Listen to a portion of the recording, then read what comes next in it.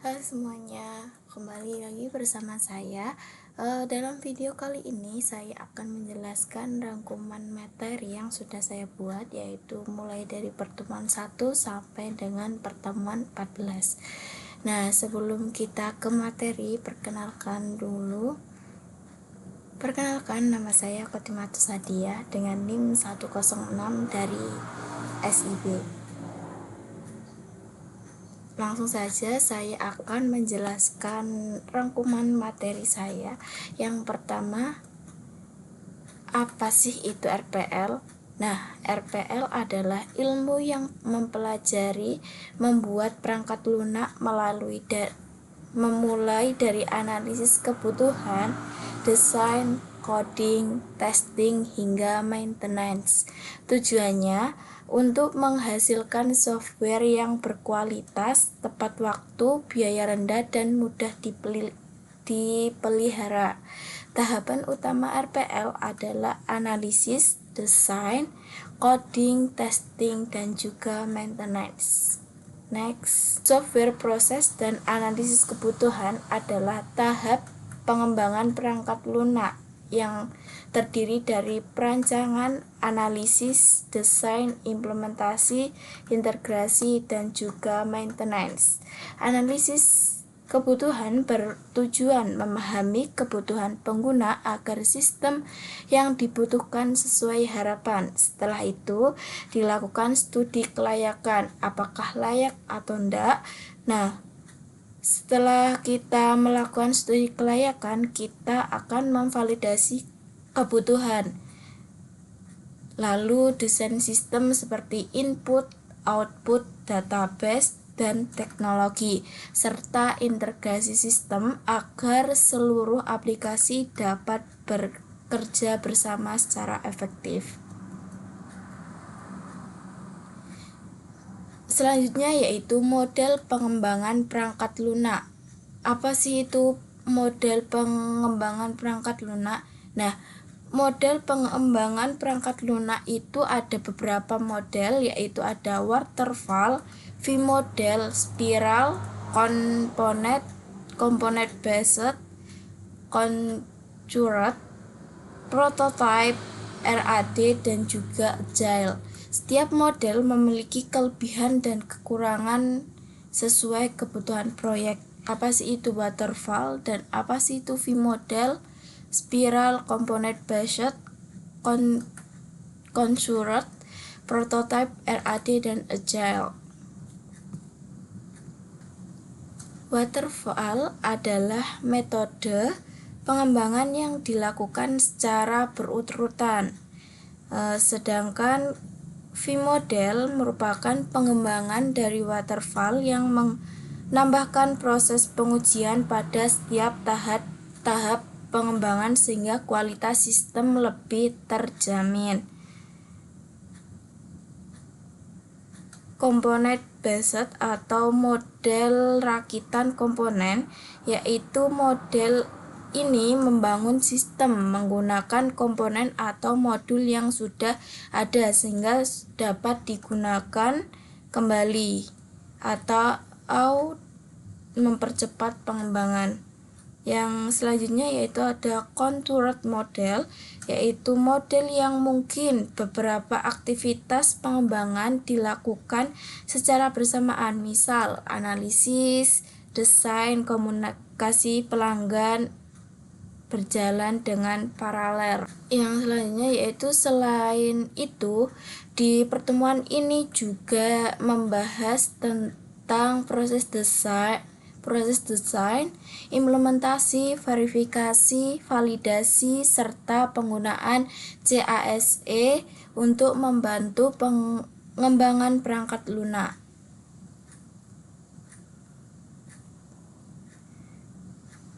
Selanjutnya, apa sih Agile Deployment Models? Agile adalah metode pengembangan perangkat lunak yang fleksibel dan cepat beradaptasi terhadap perubahan kebutuhan pengguna.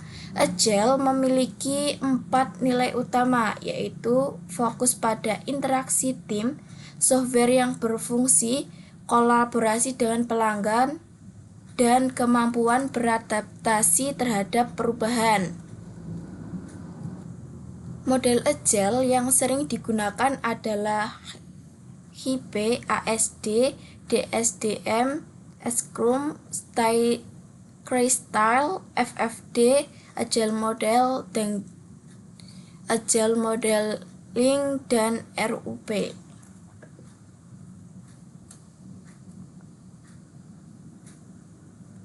Nah, software requirement atau kebutuhan perangkat lunak. Kebutuhan sistem dibagi menjadi 3, yaitu persyaratan fungsional.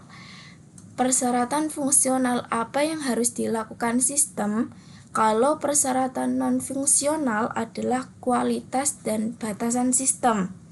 Dan persyaratan domain, kebutuhan berdasarkan lingkungan aplikasi. Semua kebutuhan didokumentasikan dalam Software Requirement Specification atau SRS sebagai acuan antara klien dan juga pengembang. Selanjutnya yaitu System Engineering. System Engineering yaitu pendekatan untuk merancang dan mengelola sistem yang kompleks agar sesuai kebutuhan pengguna. Sistem terdiri dari software, hardware, database, manusia, dokumentasi, dan juga prosedur. Rekayasa sistem mencakup bisnis proses engineering, product engineering, sistem modeling, serta pengguna UML untuk bantu analisis dan desain sistem.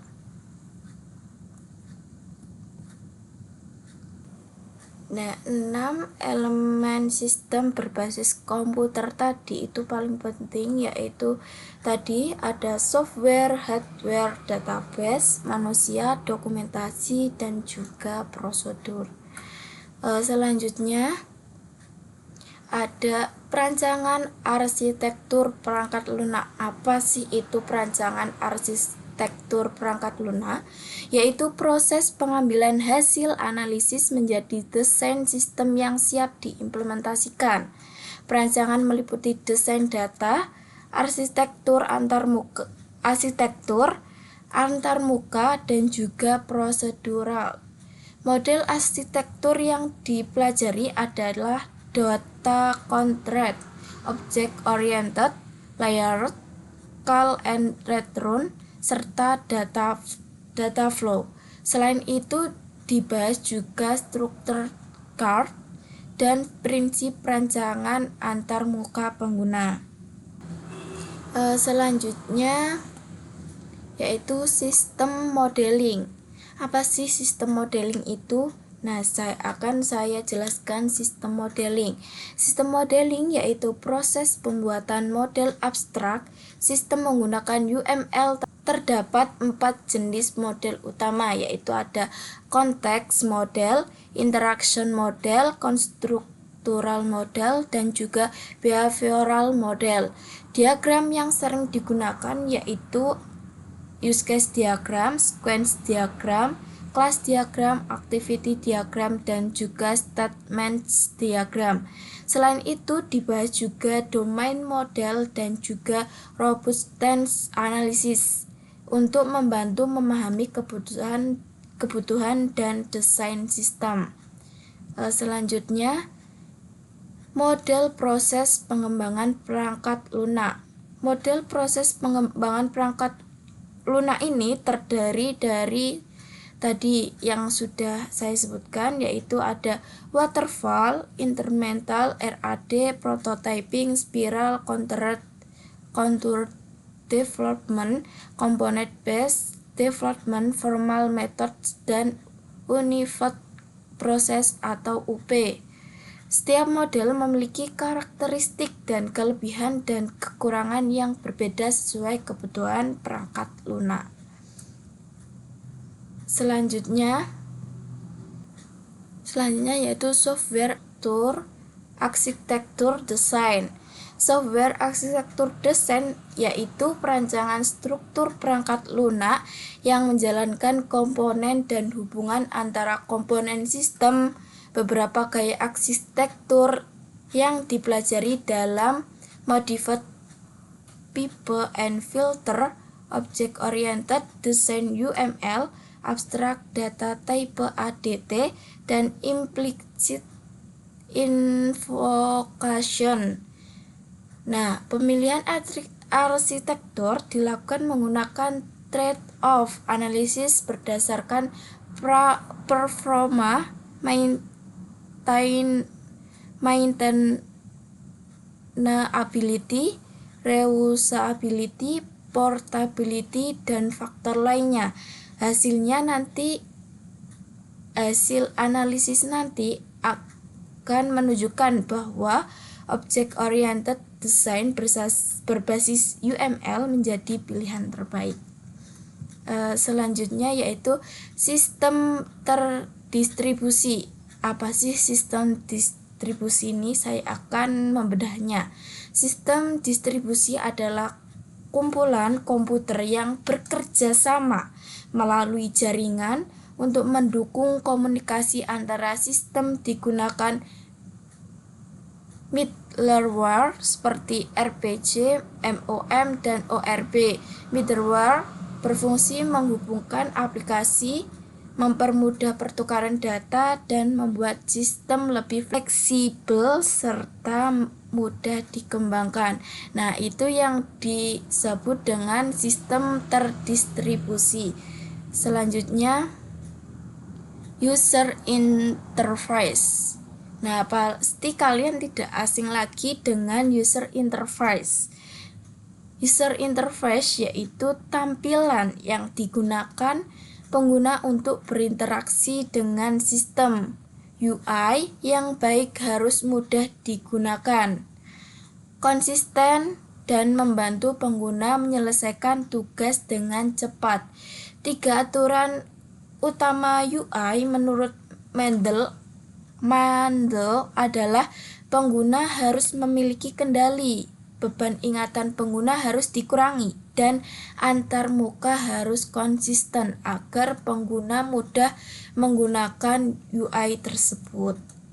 Selanjutnya ada real-time system.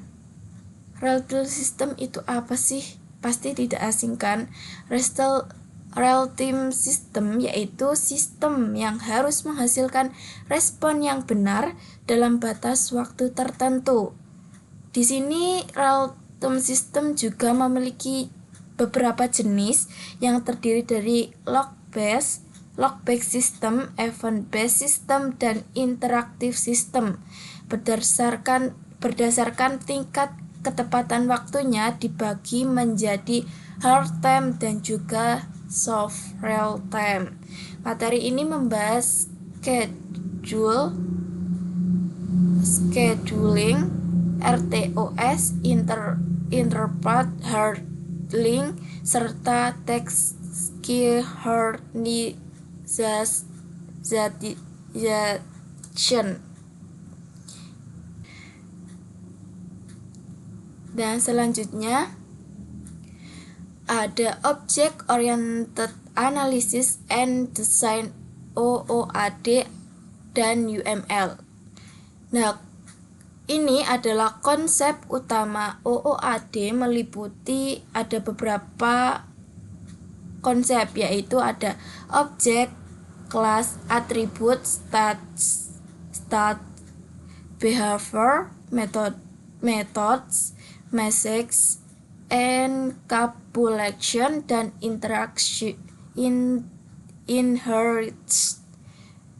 Dan juga ada polymorphism, association, dan juga aggregation. Nah, beberapa itu adalah konsep utama OOD. Nah, di sini UML juga digunakan sebagai bahasa standar pemodelan sistem dan memiliki diagram seperti use case, class, activity, sequence, stage card, component, collaboration, dan developer diagram. Nah, Tadi yang saya jelaskan itu adalah rangkuman materi saya dari pertemuan 1 hingga pertemuan 14. Nah, apabila ada yang ditanyakan, silahkan tanyakan di kolom komentar, nanti akan saya bahas satu persatu. Sekian dari saya. Apabila ada salah kata atau kata-kata yang kurang berkenan, saya mohon maaf sebesar-besarnya. Terima kasih sudah menonton dan sampai jumpa.